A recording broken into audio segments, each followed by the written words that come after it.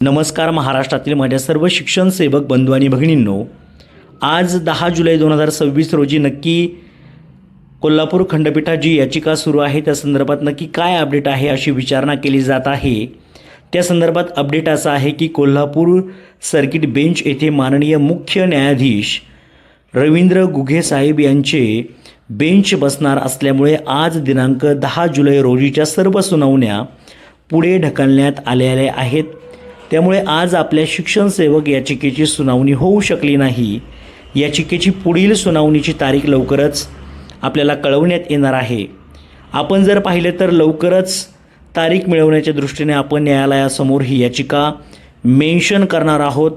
त्यामुळे लवकरात लवकर काहीतरी निर्णय यावा यासाठी आपल्याला प्रतीक्षा करावी लागेल। नक्कीच हा निर्णय शिक्षण सेवकांच्या बाजूने आला पाहिजे आणि 100% येईल, कारण की समान काम समान वेतन हे प्रत्येक शिक्षकाला मिळालं पाहिजे, हा त्याचा हक्क आहे आणि शिक्षण सेवकांना देखील याचा नक्कीच फायदा होईल अशी आपण सर्वजण आशा करूया।